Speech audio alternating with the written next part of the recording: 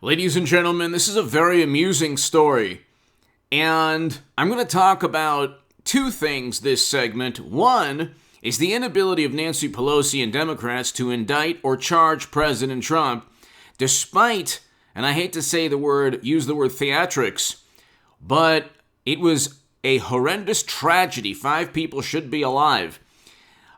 We all know this in January. Yes, it was a horrendous tragedy, and I condemn what took place.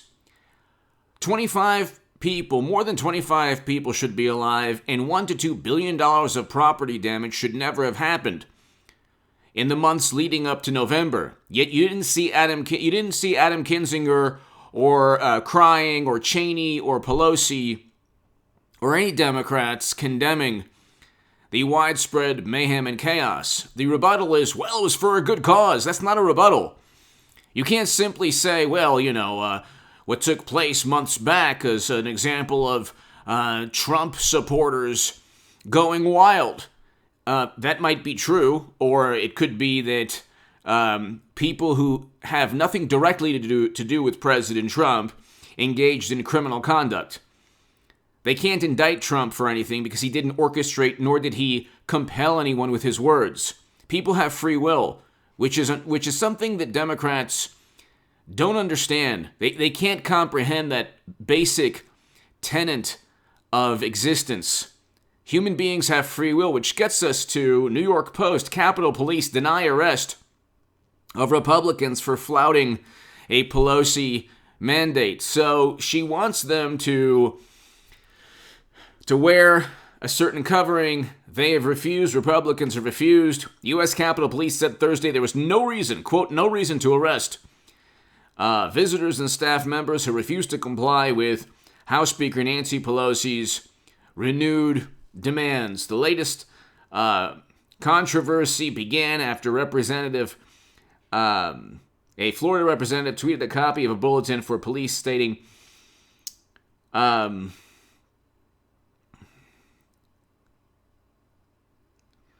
so basically, if a visitor or staff member fails to wear a certain something after a request is made to do so, the visitor or staff shall be denied entry to the house. Any person who either fails to comply. So the document was dated Wednesday. In today's edition of Pelosi's, there's more of the tweet, but basically, the Capitol Police have stated there's, quote, no reason to arrest anyone for disregarding Pelosi's demands. The worst that's going to take place is people are going to be asked to leave. So there you have it. Here's the New York Post article. On the flip side, on the other hand, Governor Abbott in Texas and the state house actually can arrest lawmakers, Democrats who fled to D.C. under the pretext of some kind of, basically they didn't want to vote in a special session, and so that actually is stated within legal statutes in Texas that you can be arrested.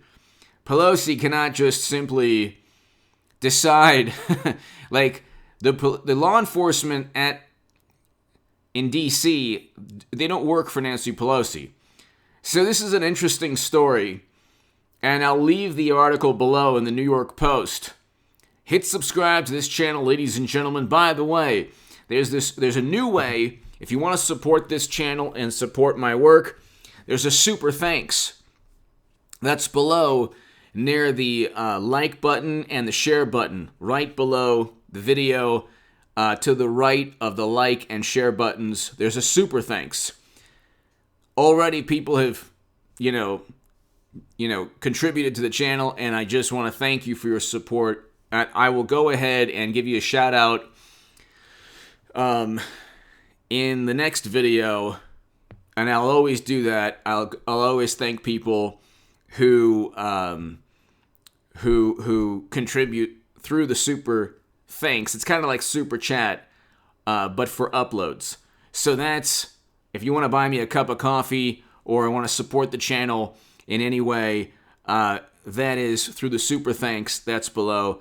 And your support is greatly, greatly, greatly appreciated. I've already had some really wonderful people that I've thanked in prior videos, and I will thank you if you would like to support my work.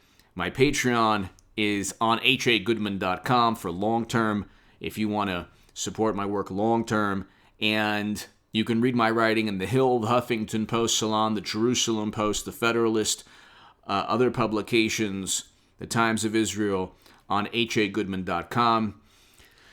The next topic I want to talk about is the fact that you have this commission that has seen some very poignant, dramatic testimony, emotional testimony. That's understood. I'm not going to downplay that. It was a horrendous day. So in that respect, I understand where Democrats and media are coming from.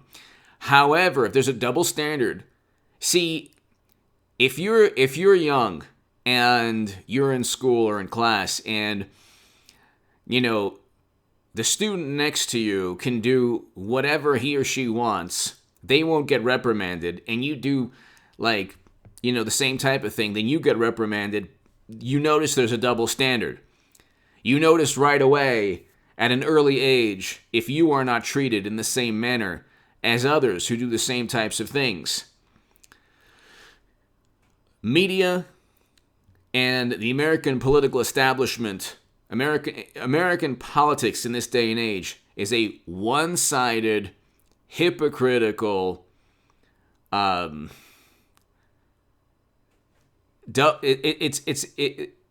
engages in double standards. So I should say the media and the political establishment only see the world from the vantage point or the paradigm of, does it benefit Trump or does it hurt Trump? Does it benefit the Democratic Party or does it hurt the Democratic Party? That's it. And it filters down from, top Democrats in Congress all the way to people that you might know in your life who are completely apoplectic and hysterical when it comes to a different opinion. There's a double standard. If you care about what took place in January, like it's understandable if you do, then you should also care just as deeply, if not more, for the $1 to $2 billion in property damage according to Wikipedia, and the 25 lives lost according to Wikipedia. How do people differentiate? I've spoken to people, they say, well, it wasn't the Democrats who, you can't pin it on the Democratic Party. Well, sure you can. You can't pin it on Trump either. You can't pin, otherwise he'd be in court or he'd be indicted or charged. They haven't charged or indicted President Trump. There's a reason for that, because in a court of law, there might be information that is detrimental to the opposing political side going after Trump. But they never indicted or charged Trump for Russia because they knew they'd have to prove it in a court of law. Now you have, there's one article in the Daily Beast where they say Trump called police, a bad word. And it's this is what they say. Do you want to know how they back up the quote? In private discussions this summer, Trump has told some people close to him that several of these officers strike him as weak and as, according to two sources familiar with the comment and who described them independently. Is that journalism? We already know the Daily Beast is basically a Democratic Party tabloid, newsletter. Basically, they every single article is meant to bolster the Democratic Party and demean and disparage Republicans. Okay, they went after me when I was the biggest Bernie Sanders booster on the internet, according to the Huffington Post, and the unofficial scribe of Sanders' most hardcore voters, according to the Washington Post. My greatest sin in 2016 was having my writing in The Hill, the Huffington Post, and Salon go viral in defense of Bernie Sanders. Now, if I look back, Bernie is part of the whole corrupt system. Never even acknowledged that he was cheated. Went after Trump also with Trump Russia, which is what they tried to do to him initially. But, so, this is, according to two sources familiar with the comment and who describe them independently, that's not journalism. That's not... Where are the articles saying that Biden called his accusers a certain name? They won't even report on Hunter's emails, which are actually like actual quid pro quo. How can you use your influence on behalf of the company? And those are almost certainly his emails. He hasn't even denied it. Anyway, give me your thoughts below. It's interesting, the double standard, and it's interesting that they have every conceivable possible advantage now. And still, they barely have a majority in the Senate. Their majority in the House will dissipate. Trump Republicans will take over the House in 2022. They might take over the Senate as well. So you're looking at this time where Democrats have every conceivable possible advantage is short-lived. Give me your thoughts below. Hit subscribe right now. The fact that they can't ever indict Trump because they'd have to prove their absurd claims in a court of law.